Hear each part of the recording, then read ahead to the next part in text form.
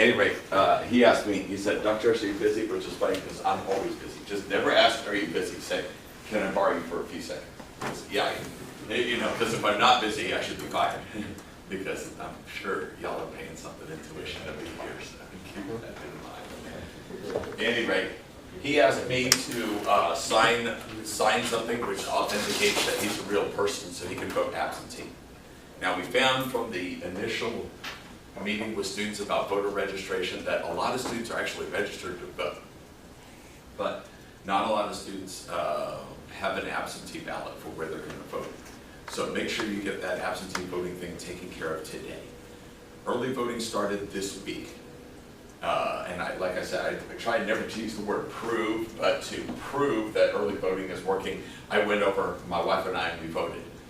So yes, you can vote early. In fact, I even asked him, I said, is it recommended? And see, I almost never vote early. But I just wanted to make sure on this. So make sure that you vote, and if possible, if you want to, vote early. If you're registered in this county, all you have to do is you can walk or drive down to the building right across from Gus's Grill and cast your ballot. Okay. I just like voting on election day. It's a political science thing, but I just decided to do it because faculty weren't sure it was like really working or everything was going okay. So I did that little sacrifice for faculty and staff. So I'll be sending them an email about it. But seriously, showing up to vote does matter. I mean, trust me, it really does. It's almost like if you have bad service at a restaurant, you know, if you're unhappy with the service or you like the service, you know, you like the food, don't like the food, you know, if you like the food, whatever it is, like not leaving a comment card doesn't tell anybody anything. So if you leave something that says something positive about the waiter or waitress, if you leave something positive about the food, that means something. If you leave something negative, that means something. If you do nothing, you know, I know people say, oh, well, I'm mad at the system, so I'm not going to vote. Okay, well, that tells anybody nothing. All it says is you don't care about politics, and therefore you should be ignored. That's all it tells you. And so make sure that you have your voices heard. There are a lot of good candidates. There are, you know, not just, you know, most people, like there's a person I'm trying to convince to vote, and she said, oh, I'm never going to vote. I don't like either the 2 or 3 candidates. I said, there aren't 2 or 3 candidates. Yeah, but they don't have a chance. I said, no, you don't understand. There are people up and down the ballot, all over, state representative, state senate. There are issues. I don't know if you know this, but an amendment's going to be passed where elected school officials could be replaced by the governor. And I know the governor, and he's a great guy. His wife's a teacher, parents are teachers. You know, son's a judge, good person. You know, he might be good, but you never know what kind of governor you get. But that would be taking a lot of power away from people to choose their own school boards and giving it to the governor. That's a ballot issue. We're a democracy at the state level because we get to vote on issues. There's something that says that heavy fines paid by people who engage in illegal sex activities would go toward helping kids. You know, should the money that's taken in fines be directly put to making sure kids aren't endangered by the sex trafficking industry? If that doesn't matter to you, I don't know what does. Well, I don't want to get into details on the camera and stuff like that, but in my family, that's been an issue for one of my siblings. And if that doesn't motivate you to vote, I can't help you on that one. It's a serious issue in this country. I've had students, we've flown all the way out to Las Vegas to give presentations on human trafficking in the United States, not just worldwide. And we applied for, we can get accepted to a conference in Germany on that issue. So the Germans are taking it pretty seriously too. You see all over the world, this is like a big problem. It's modern day slavery. We got a 13th Amendment for a reason. For some reason, this is somebody's loophole. We passed a lot of child labor laws. This is the worst kind of child labor you can find. If that doesn't motivate you, I don't know what does. So, go to the polls. There are 4 ballot issues. Read over them. Some are good. Some are tough bills to swallow. Finally, I'm going to go back. Believe it or not, I've been a full-time teaching classes all independently for 20 years. But going back 21 years when I had my own discussion sections, I started a tradition. Every time my beloved Packers which I was born in Milwaukee, beat the Chicago Bears. I must don a jersey while teaching, so I'm going to do that there. And this is a jersey I got way back then because they had this guy named Reggie White who was a defensive player, a really good guy. He was called the Minister of Defense. Yeah, a couple of places have defense ministers. He was also a pastor, an ordained minister in Tennessee. I don't know if you know this, but there was a series, when I was in graduate school, there was a series of church bombings and burnings. Someone burned his church down in Tennessee. I mean, he's like one of the greatest players ever played out of Tennessee. And, you know, I don't know why somebody would ever burn a church or something like that to make a statement, but there you have it. I wear this for a couple of reasons, but in support of that. So yeah, I'm going to be on camera doing it, but it's my tradition. So.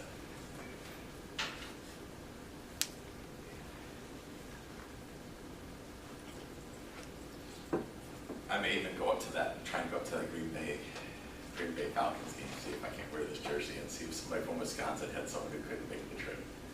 They'll be sympathetic enough to give me a ticket.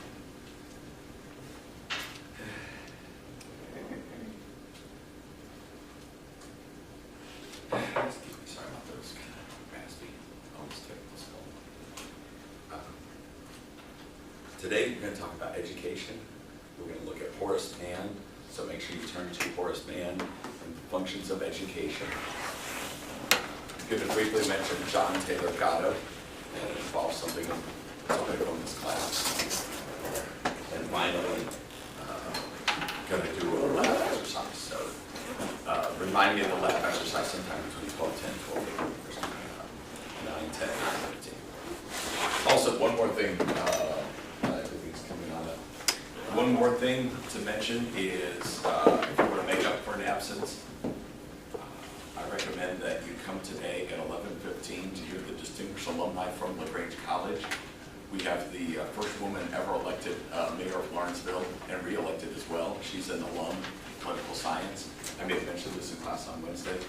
We got outstanding young alum Trey Long, who was a member of the Honor Council, scored one of the highest scores in somebody can get on a national accounting exam. So make sure you're there for that.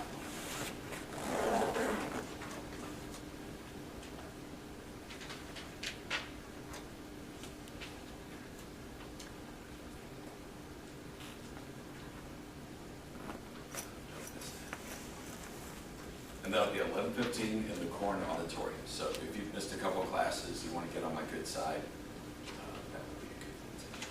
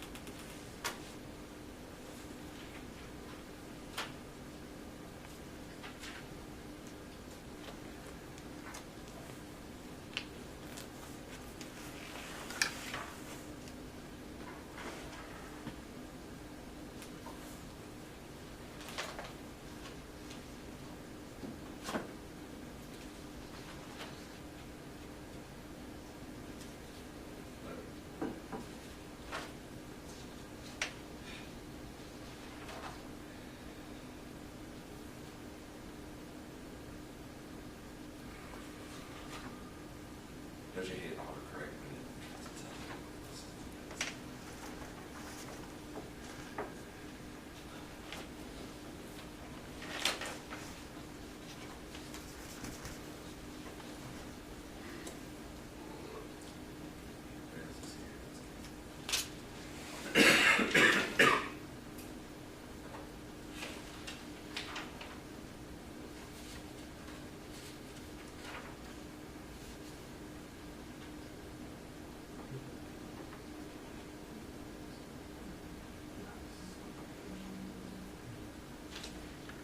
By the way, last night, Wesley Dismuke and I went down to Columbus with a group from LaGrange.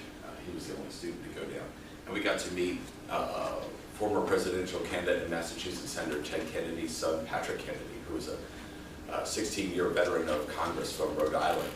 And what was amazing, his big signature bill was something that tried to reduce the stigma of mental health as well as combat addiction. All it does is it just says the brain is part of the body. So that, I mean, we don't stigmatize people with a broken leg, do we? Or broken arm. So, but somehow if you have a broken brain from either chemical dependence or something that naturally occurs in you, it's somehow seen as your fault. You know, granted, if you're like one of those people on True TV who says, watch me jump off the library, and they do it and you break the leg, yeah, that would be something else, obviously. But what's interesting is when he put his name in the hat as a sponsor, he asked who was the chief sponsor of the bill, and he said, nobody would sponsor a bill trying to reduce mental health stigma. So everyone wanted to vote for it, but nobody wanted their name on it, which tells you something. I just thought that was kind of ironic, a little twist there.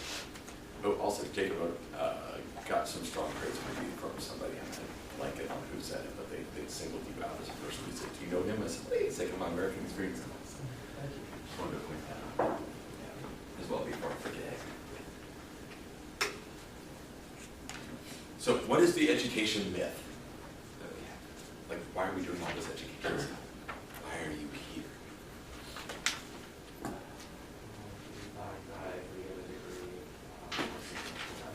Okay, yeah, that's kind of the theory. And what is determined, I mean, who are the people who get the degree? I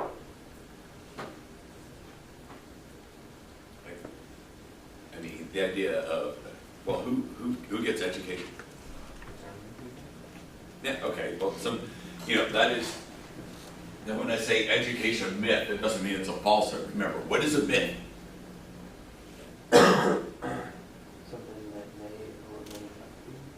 Yeah, so it may or may not be the case. Go ahead, more about it. We've talked about several things. I hope you all talked about myths in your paper, because you're all there examining myths. What else? Elizabeth, what else is a myth? It could be true, could not be true. What else? It should be testable. Yes, I'll grant you that. But even if it is testable, what else makes something a myth, a statement that we have?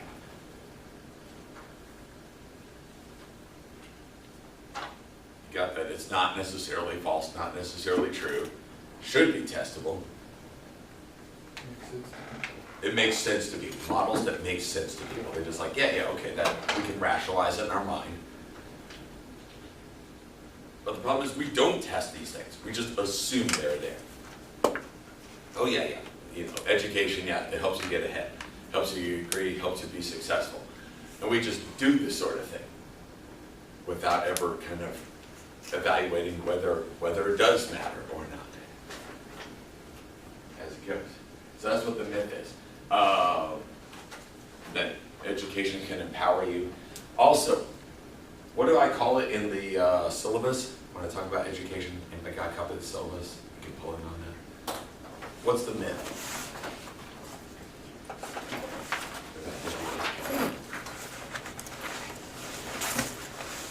Anybody here an athlete? Do I have a couple athletes? Right. How many times have you heard this? Sports is the ultimate reality show. Which is ironic because you never heard that before? Why would people say sports is the ultimate reality show? What does that mean? And what are reality shows anyway? They started, by the way, around the time I was teaching in college. Just like watching people supposedly do their everyday thing. Instead of like paid actors or something made up in a script, they would put people in situations, right? And they were like, oh, this is like reality TV, which we now know is highly faked. It's about as real as pro wrestling. It's faked. Certain outcomes are supposed to occur. They don't show you everything. They only show you, it's as unreal as anything. About a fiction thing. But sports is the ultimate reality show. What does that mean when you hear that? Yeah, I guess like it is like what you would think of reality TV would be, putting somebody in a situation and seeing how they truly react to it. Yeah, it's not like some fixed outcome. Right? It's whoever plays.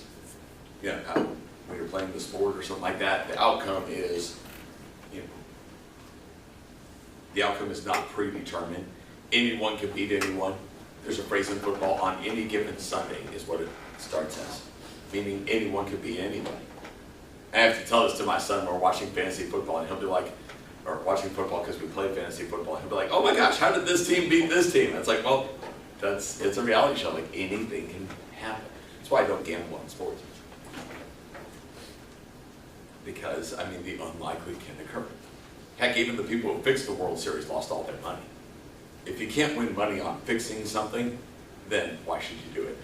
The only reason Vegas wins is they've got a big enough base to absorb all the losses, and you don't. So that's why you should never gamble. But yeah, sports is an ultimate reality show. I think when you go out on the court, like, you know, who wins the game? Come on, y'all are athletes. They always say this around March Madness time, but it could apply to any sports. Male, female, court, field, arena. Who wins? Whoever plays the most. What? Whoever scores the most. Whoever scores the most. Who scores the most? Whoever plays better. Whoever plays better. Who plays better? How do you determine who plays better? The ones who practice more? Ones who practice more. Go ahead. Practice. Better play on the field. What else? Determination.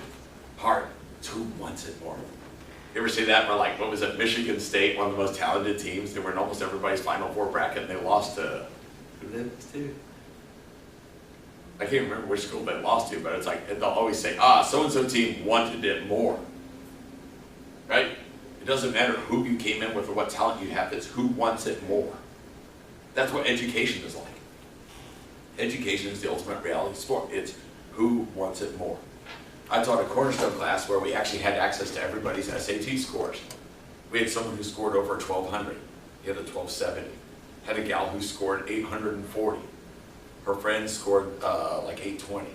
They were like the last two students admitted to LaGrange College.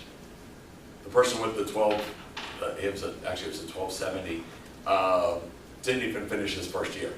Just fooled around, didn't take studies seriously, missed a lot of classes, didn't really try on assignments. It's pretty smart, but not smart enough, obviously. The ones with the 840 and the 820, one had a kid and had to work every hour that she wasn't in class. She was like working over at JCPenney, you know, in sales and stuff. The other gal was work study, and I think had a job on weekends or so, played basketball here. Both of them graduated, and one of them was a manager at a Kia supplier. But it was all about who wanted it more. Both of them, they showed up to every single class. They tried harder on every single paper. Papers weren't A's at the beginning of the year, but by the end of the year, they were there. It was who wants it more. This other guy didn't, I mean, his folks were pretty well off, so he didn't have a job or anything else like that. You know, he just kind of lazed around. It was so bad I had to like kind of almost spy on him to try and ambush him to say what the heck's wrong, you know. So I had to like stalk him at the grill. I had to find out when he would normally hang out the grill, and I'm like hiding around the corner, like waiting for him to show up so I could like come over and go, where? Oh yeah, my email's not working, or you know, yeah, I've got lots to do or something. You know. But yeah, I remember talking to the dean of students. I said, yep, we wished him well on his way to wherever he's going afterwards. So I've had classes where people go, no, it's all about talent. You either have talent or you don't have talent. Well, I think talent matters going up to college, but I think college is very different because you don't have parents getting you up, moving you in a certain direction. You gotta take a lot of responsibility for yourself. You gotta have a lot of ownership. That's the myth of education. It's who wants it more.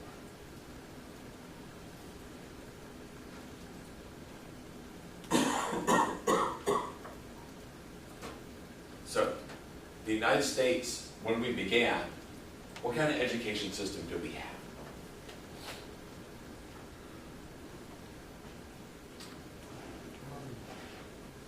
I don't know if this would classify as an education system, but like kind of more of an apprenticeship. Okay, I guess for Middle Ages, you know, you'd have the whole, you know, learning a craft, you'd be an apprentice, then you go to journeyman where you're kind of moving around, then you join some sort of guild, which is like a professional union or a professional association. Okay, but in the United States, what kind of education system do we have? starting off. First couple of years, post-Revolutionary War to about the 1850s.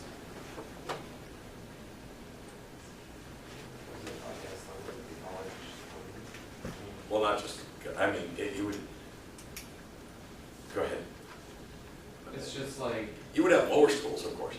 yeah, but it seems, you know, the more educated people like Thomas Jefferson and all of them went anywhere to school. Yeah. Sometimes you had to either educate yourself or you went to private schools, private academies, like this. Like, you know, anybody know when LaGrange College was founded? Yeah, oh, see, y'all knew that one. Okay, good. I just wanted to make sure the throat was working. I didn't know if you all were sick like me. 1831, yeah. So 1820s, 1830s, Ivy League schools, small private colleges. If you go to the Northeast, by the way, the whole area is just dotted with colleges. Because, and I asked why. They don't have big state universities like the South and the West. And what it was is when you first came to an area, you founded the church and then you founded the school. So LaGrange, the First United Methodist Church, 1828, 1831, and you moved on from there. So it wasn't long after you built your community that you built your church and then you built your school. Many of the schools are church affiliated. Oh, you are sick. Okay, just I hear you. So Horace Mann is writing when? What is his thing say? Yeah, he's making the case. He is a Whig. Anybody know what a Whig is? Doctor, shouldn't you be wearing one? No, not that kind of wig. Kind of wig. You ever hear about these? Spelled a little differently for a good reason. WHIG. It's an acronym, actually. It stands for We Hope in God. You had Tories and Whigs in Britain. You had Tories and Whigs in America. Whigs were the Liberal Party. Tories were the Conservative Party. Conservatives believed in a strong monarchy, a strong centralized government. Liberals, and they believed in mercantilism. Liberals believed in free market. Liberals believed in local autonomy. And Whigs were also very anti-slavery too. Most of the Whig Party opposed slavery. The Republican Party of Lincoln is born out of the remnants of the Whig Party. My son's named for a Whig president. He's Zachary Taylor Torres. Many times they had generals, like for example, Zachary Taylor was from the South, but he actually threatened to, this is when he was president, in 1848, he threatened to lead an army against the South if they left over slavery. So he was a very early advocate of using military force to prevent the disunion, especially over slavery. So most Whigs were very anti-slavery. Whigs were something else. Whigs wanted everyone to have an education. They believed so strongly in the concept of public education. What does it mean to be public educated? Although it's spreading from time to long. Education like supplies for you. You don't have to your teachers. Who supplies for it? Who supplies it? The government, the state. Yeah, okay, so it's a government-run school. Anybody want to look up, see what percentage of students go to public school? Oh, it went over to Jerome. Oh my gosh, what are we gonna do? It's like one of those plague movies. Be like World War Z, we'll all be zombies by the end of class. Therapy, by the way. Education suggests that 2021, private schools will enroll about 1% of public or grades, pre-K through 12, public schools will enroll 91. Okay. Yeah, in fact, when I started teaching, it was about 89%. So about 91% of people go to public school. How many of y'all went to public school growing up? Yeah, most of this class. Public school, government-run education. Which is funny because I'll see these signs that say, "Hunk if you hate the government." And my child is an honor student at whatever public school. And I was like, lady, you got to be hunking it yourself. But most people don't think about that being public school. I remember having a class where I had some people who were like pretty anti-government. I'm like, oh my gosh, you got an Auburn hat on, a University of Georgia hat. Get that hat off. That's public. It's government hat. But it is. I mean, And we didn't have public education yet in Horace Mann's time, but he is pushing hard for it. And he's making the case why we're going to have public school. Public school will have to do all these functions. So, tell me what the functions of education are, since it'll be on the next test.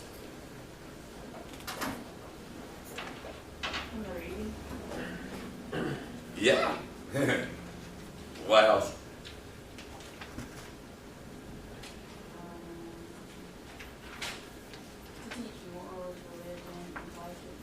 Okay, moral, very good start. Got 3 out of the 5. You're at 60%. Morals, religion, and politics. Okay, what are the other two? It's interesting to say morals and religion. Usually people, that's not part of it. So good job, Greg. What's the other function education is supposed to do? Physical education and intellectual education. Physical education and intellectual education. Okay, you be the Mythbuster. How many of you had physical education? Was gym part of your class? You went to public school. Like you had to go to gym. It's not like an option thing. Did you engage in calisthenics, like were you stretching and stuff, or were you just playing dodgeball? Both. Like that movie. Go ahead, raise your hand. How many of y'all were in physical education classes? You had to do PE. It's mandatory. Oh, okay, so you got that. This class is pretty dominant. I guess other classes, it kind of varies. I'll find students who visit public school where they didn't have physical education. But that changed, believe it or not, a couple of years ago. A couple of years ago, a lot of the survey was done even in Georgia. Most places didn't have physical education. It was like an elective. But more public pressure brought it back to you. So, okay, that's swinging on back. How many of you had civics class? You had to learn about the U.S. government. Okay. Like, what, not like an elective, like you actually had to learn. What grade did y'all have civics? 11. I had 11. 9. Okay. So you do get some political education. What do you think? Was it good stuff? Can you identify the 3 branches of government? I don't remember any of it. Can you pass the citizenship test? Do y'all want to try on Monday? See if you can pass the citizenship test? Sure. Anybody here know Janice Joe Markey, who graduated last year? Yeah, she had to pass the citizenship. I think she could pass it with 110. Actually, once I took a citizenship test just to show people, and I found an error. Because they marked me wrong. It was an online citizenship test. They got federalism wrong. Everybody does. Oh. So I figured the test takers could probably use. So we can test that on Monday, see how well you do on the citizenship test. It changes. Do you ever see that on Yahoo where it says, can you pass the citizenship test? How about intellectual education? Now you're going to say, well, what the hell is intellectual education, Dr. Harris? That's a good point. What does Horace Mann say is intellectual education? And are you getting it? Means of removing poverty and securing abundance. So it's an anti-poverty class. How can intellectualism do that?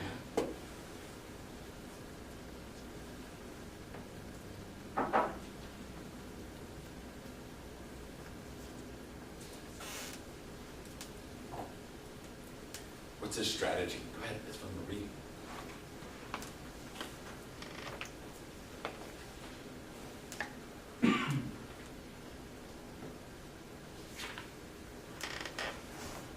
All right, we'll think about that one. How about religious education? How many of you received religious education in public school? Good Lord, just Bruno. You went to a government-run school that provided which religion? I did Catholic, but then I changed. Oh. It was in Germany. So you can like major in Catholic. Yeah, in Germany there's a law where the Hitler signed where you have to, the church is bound to the state. So there has to be, you have to take religion in the school. Oh, so it's mandatory. How's that? How about that here? I ain't taking it in high school. None of y'all had religious education? I use all.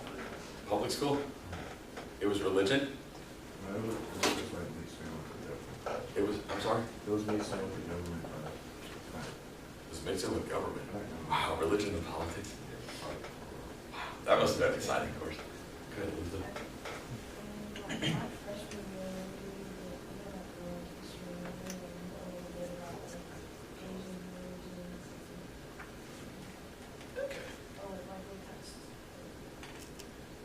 Okay, so it's worked into a world civilization class and stuff. And certainly religion is very much part of civilization. It'd be hard to take it out. Go ahead, Jacob. I forgot I even took it because it was one of those like elective classes. It's like the Oh, last it's resort. elective. You just kind of like had to pick one, Okay. and it was over Buddhism, Hinduism, Christianity. It just kind of like encompassed each one of those. Oh, wow. Okay. And broke it apart. That's also a relatively new development. I mean, it only started coming into force like about the 2000s or so. Before then, from like the 70s to the 90s, there was very little religion at all. In fact, most decisions, you know, Supreme Court or otherwise, had religion out of public education. Okay, Brandon, you got some-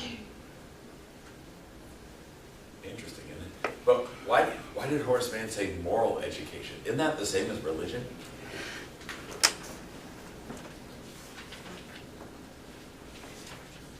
Well, I guess there's some good people in the world that don't really like to claim to have a religion. So like they do good things, they get up and try to do good, but they don't like have a religion.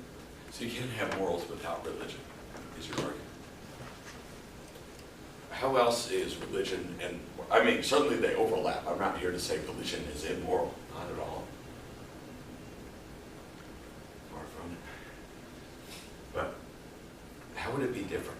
Did you all take a class on morals in public education?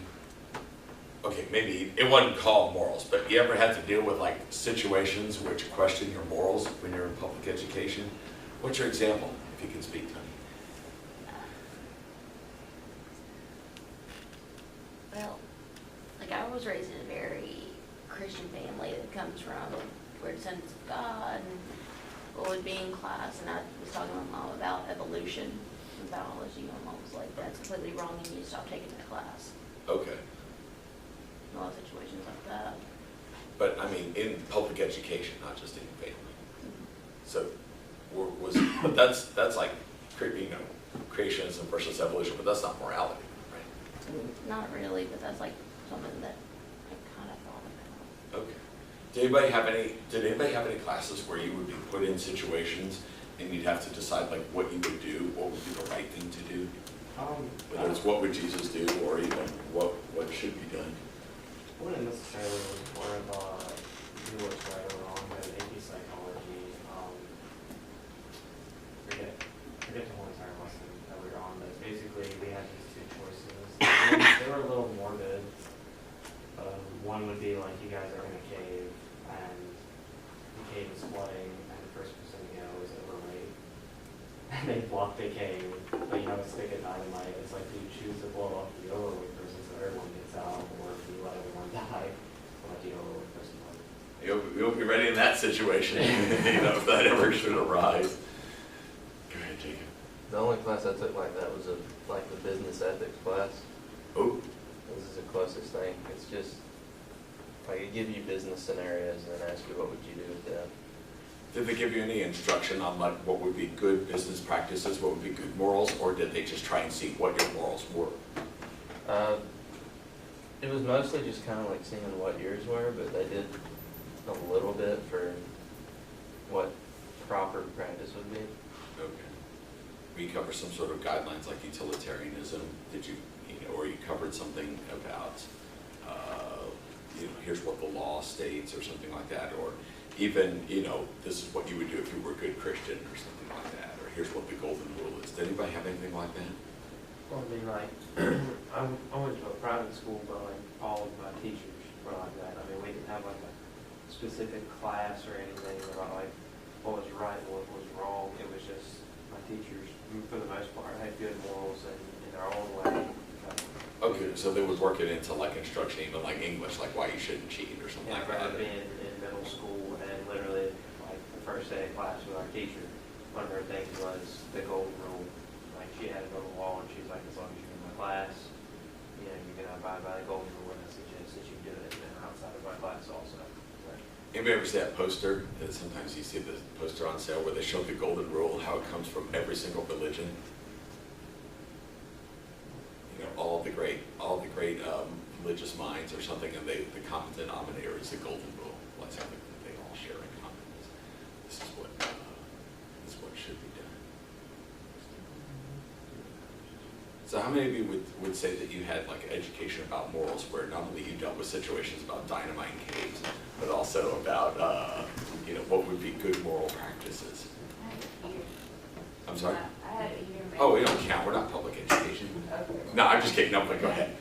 Well, I had a year in my education class. We had a whole section devoted to like ethics and education, and things you shouldn't do as a teacher, and things you can do as a teacher. Are you an education major? Oh, okay. See, are you going to take my social studies content? Or are you going to drop being education now that you've had me for American experience? I don't know. No, I'm just kidding. What year are you, sophomore? Oh, okay. Yeah, you don't take that until junior year. So you got enough time to like wait till somebody else teaches it. No, I hope you would take the class you're really good to. How about here at LaGrange College? How many of you have had any sort of political, intellectual, moral, religious, physical education? All of it. Would you? Probably just about all of it. Oh, wow, okay. How many of you had a religion course already? How many, when your business ethics, was that in high school or was that like here? Like it was in the Ear's class or something like that? Lydia Rosencrantz. I mean, it's mostly in high school. Now I'm just taking management and organization, which is it's kind of like ethics. But,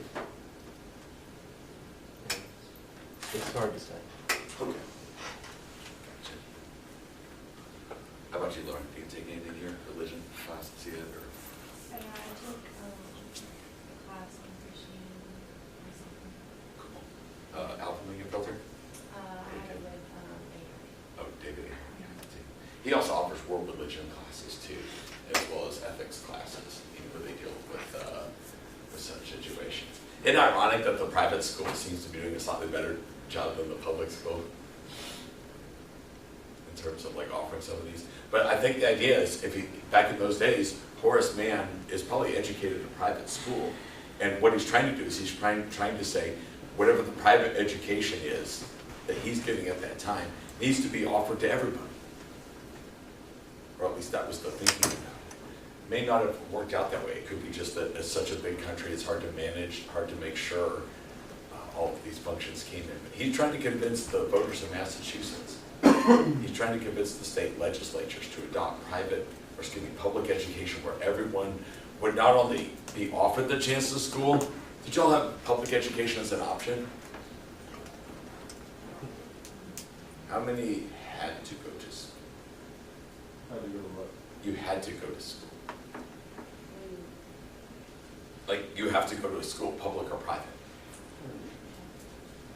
Yeah, I mean, like, if you did, you couldn't ditch, right? You'd get in trouble if you ditched. I know Ferris Bueller got away with it, but I mean, if you think of, that came out when I was about that age, Ferris Bueller's Day Off. Did anybody ever seen that? It's like a classic 80s movie where he's trying to ditch. And, I mean, that's the issue. It's like nobody could get out of school. Do you have that option today? Or you turn a certain age. Yeah, you should do that. Okay, so you turn 16, you can focus on GED. Are there other options for people? What if you don't want to go to private school? What if you don't want to go to public school? Homeschool. Homeschool. You do that online. Do that online homeschool thing. Okay. In fact, that's actually a growing field. Whereas when I was nobody was homeschooled when I was a student going. You went to public or private. Those are your two options. But if you're homeschooled, do the parents get to decide any old way how they homeschool you? There's a lot of It actually depends state by state. I know because my wife and I looked at the regulations for Texas and New Mexico. In Texas, it was like, all I remember is I couldn't afford to print it out. It was a long, long list. New Mexico, it was like a pamphlet. So each state has different standards for homeschool.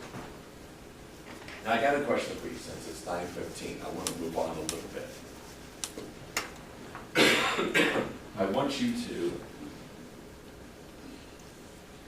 want you to take a look at information about what are the average earnings for somebody with a college degree. Wait. Let me rephrase this. Okay. People in the middle row, you look at college earnings, like how much an average person with a college degree earns. Okay. Last row, first row. I want you to look up how much average earnings are if you have your high school diploma, no college.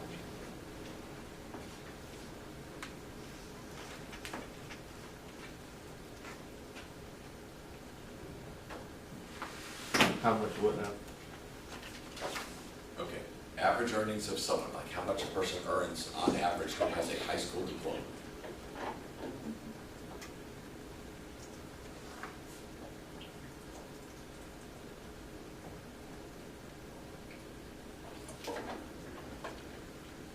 We might get some different, we'll try and arrive on a figure. We're gonna see if being here is worth it. Okay, for a high school diploma, right? Okay, let me get this down. 28,000. Okay. All right, middle row. Lauren, you can join in too. Average college earnings. How much does someone with a college degree earn annually on average? I got 50,651. Okay, 50,000. 50,600. We'll just say 50,000. Sound fair? Okay. So 50K to 28K, right? So initially, it sounds like college is a better deal, right? On average, you earn more, right? Almost twice. By the way, that gap has increased over time. Do you all remember when we looked at how much college earnings there were? Do you remember what we had on that slide? When it looked from 1970 to 1996, second day of class, maybe third day. Remember that, where it was like 1.5 or something? What's the ratio? Somebody divide 50K by 28K. Y'all's cell phones can do that, right? It's Almost almost 2 to 1. 2 to 1. What was the exact number? 1.78. Oh, okay. That was close to 1.75. Okay, so 1.8. So we got access. First row, can y'all pop up? Can y'all pull up information about that I had back in 1996? What was the ratio of college to high school diploma? So y'all look up those first slides. Okay. How much does the average college education cost? Right, because if we just look 50K to 20K, God, it sounds like a great deal. Right? But critics of college say college is kind of expensive. How much does it cost to go here for 4 years? Does it cost 200,000? It's 40,000. 40,000 a year? 40 times 4 is? 100,000, sorry. Oh, okay, good. Just want to make sure on that. Okay, so that's 160K. Would you say LaGrange is about average? There's some have more, some who have less. I just found a thing that said the average cost of tuition and fees for the 2015-2016 school year for private colleges was $32,405. Okay. So yeah, we'll say about 160. Okay, for a private school. Some less, some more. Okay. So we got to take that into account. Okay. How about over your lifetime? Like your lifetime earnings. Now let's make it hard on college students. Do you get a job right off the bat? No. Hey, some do, actually, that's something like political science we have to cover. Some take like a semester or two, they find some work around here or something like that. But let's say it takes you a little bit to get that 50K. Shall we be fair and say, what, age 23? That you start earning 50,000? Does that sound fair, or do you want to go 24? You want to say 24? You're not from this country, so you don't care. But I'm just joking. Just want to see if anyone's paying attention. What do you say? 20, 23, 24, 25, when do you want to start the clock? Which one? 24. 24, so y'all vote with Bruno? Sure, go with Bruno. Popular kid, not me. I was never the popular kid. Okay, we'll start at 24. Okay, when's retirement age? 65, okay. So what is 50,000, or what's, let's see, how many years is that of earnings? So age 24, 65 is 41 years. Okay, so multiply 41 times 50,000, and then subtract 160,000. Does that sound fair? Okay, so do that. So go ahead and get your calculators ready. Now, these groups look at 28,000. Let's say you get really lucky. Age 18, you start earning money, right? You're not going to college, you jump straight into the workforce. You get a $28,000 job. Sound fair? Not fair to college students, but this will help high school diploma folks. So what's 65 minus 18? How many years? It's what? 47. 47? Okay, 28,000 times 47. So 47 years of earning, and you don't have to take away college loans. Okay, how much is a college student earning on average? 50,000. 1.9 million. Okay, so it's 1.9 million over your lifetime? Okay. How about that 28,000? Wait, did you subtract the 160,000? Yes. College tuition? It's still 1.9 million. Yep. Okay. 28,000 for 47 years. No college tuition. Don't take that out. Go ahead, go straight. 28,000, 47 years. Is it 1.3 million? 1,365,000. Okay. So 1.3 million.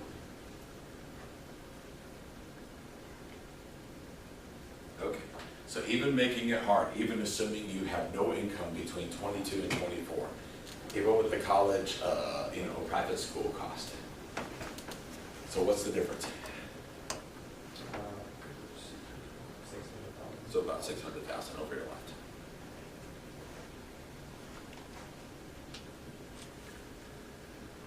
That's just a bachelor's degree. How much on average does somebody with a graduate degree earn? Go ahead, you can take a look, average. I know some more, some less. How many of y'all thinking about graduate school anyway? Oh, okay, so it looks like a majority of the people here. Go ahead, calculate just on average, like graduate degree holder. I know some will make more than others. I get that. But just whatever average we can find.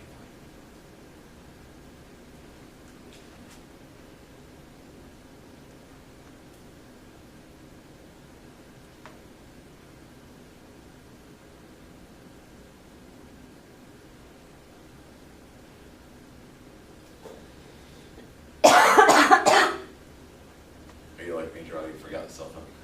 Huh? Are you like me? Forgot my cell phone? No, I have a cell phone. Oh, okay. I just see 5 people looking it up. I figured they probably before I did. Well, why don't you look at it for your area? How about that? What do you want to go into? You're a science person, aren't you, Karen? Huh? You're science, right? Uh-huh. What are you going to go to grad school for? I want to be a orthodontist. Okay, see what they make with the grad degree. Whatever you want to go into. How about that? Why don't we make it more interesting? The field that you want to go into, what's the average earnings? You can just look at average graduate school, or like, let's say, do I got a business major here? Any business majors? You're a business major, aren't you? Yeah. See what an MBA on average. Tony, aren't you political science, sociology? What is an average earnings for? 67,000. For sociology. It's 90,000 for political science, but with a grad degree. Go to Georgetown's website, 2012, hard times. But not for political science. 91,000 if you're like me and do international relations. George, right now Jacob's thinking, so Dr. Turris, you make 91,000 a year? No, I don't. 91,000 is an average. I'd be making that if I'm still working in DC then. I make less here, but my house is bigger. It takes me a freaking hour to mow the lawn. It took me 10 minutes to mow the lawn in DC. Half of that was pulling on the cord on my neighbor's lawnmower, which backfired all the time. It was really fun to mow it at night because you could see the backfire inside the motor. So you just want masters and nothing with that? Oh, well, if you're thinking doctorate, sure, figure out how much that. Well, the master's, teacher with a master's degree, would get paid an average of 60,000. Okay. All right, and then you can obviously subtract the costs. So subtract the costs of what it would take to get your grad degree. Are you doing the same, Brennan? I want to do child neurology, but since I'm going home, I don't have any, I'm not gonna have any classes. Neurology? Yeah. Oh, okay. Very cool. But you pay a lot more in taxes, don't you? Well, it's kind of more line, so actually, healthcare and everything. Yeah, grad degree doesn't cost as much, but you pay a lot more in taxes after taxes. Okay. I come back here. So what? Come back here. Actually, we had an exchange student, Carl Stromschein from Norway. He was supposed to only be here for a semester. He parlayed it into a year, then 2 years, then 4 years. He graduated, and he went to Maryland for graduate school, University of Maryland, and now he writes for Inside Higher Ed. So we're always reading his stuff. Like, it's the stuff all the professors read to get ahead. Yeah, one of our graduates. He's coming this semester, by the way, on a Friday. I'll let you know later.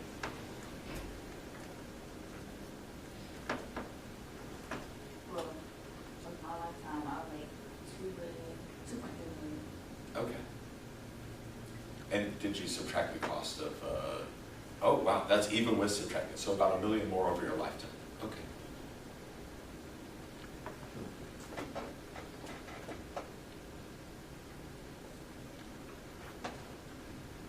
To which I've had students who've done this exercise before, and somebody goes, but Dr. Turris, what about people like Bill Gates who dropped out of college? What about the guy who made Facebook, Mark Zuckerberg or something?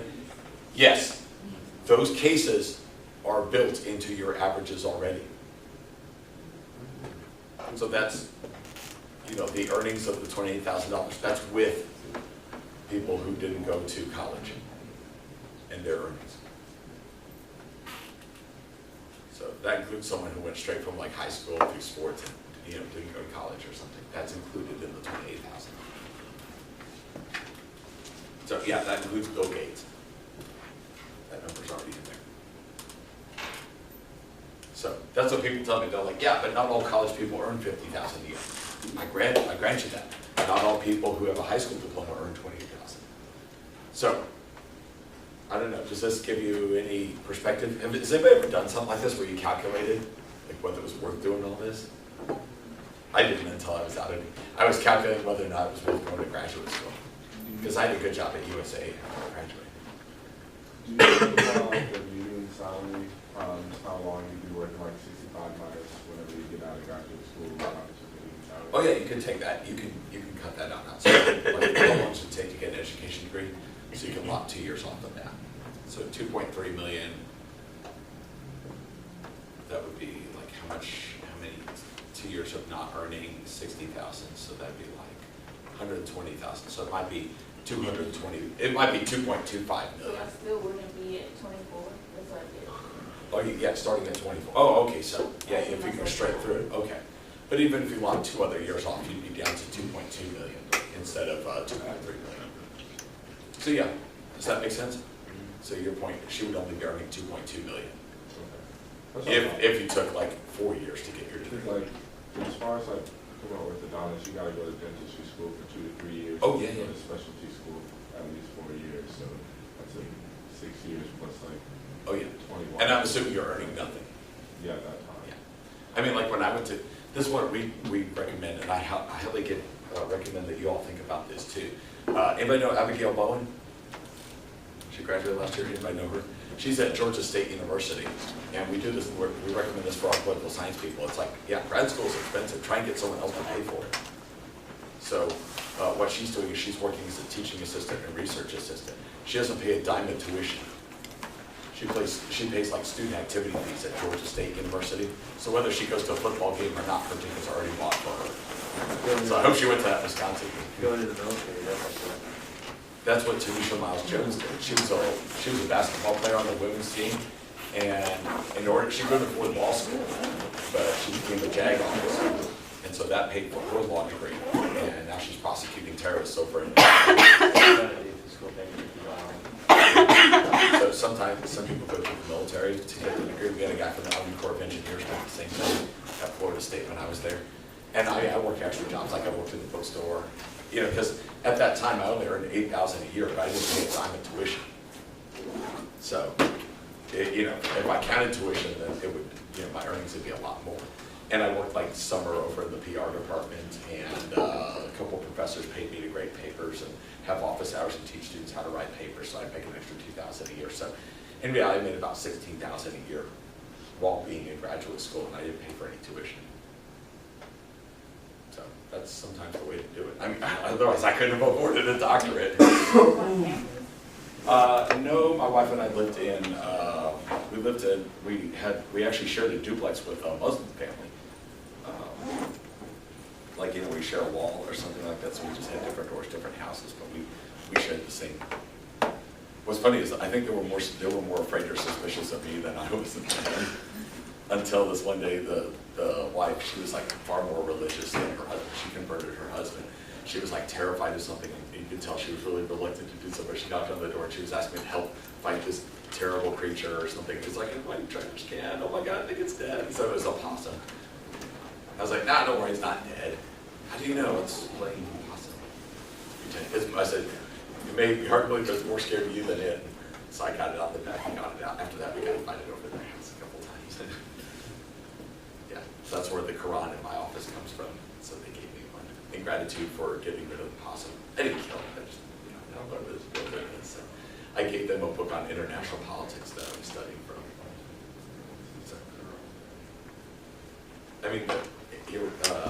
I mean, it wasn't the great. It was like our road. I mean, we named all of the potholes in our road after various continents because some of them were pretty large. But I mean, it was affordable living though.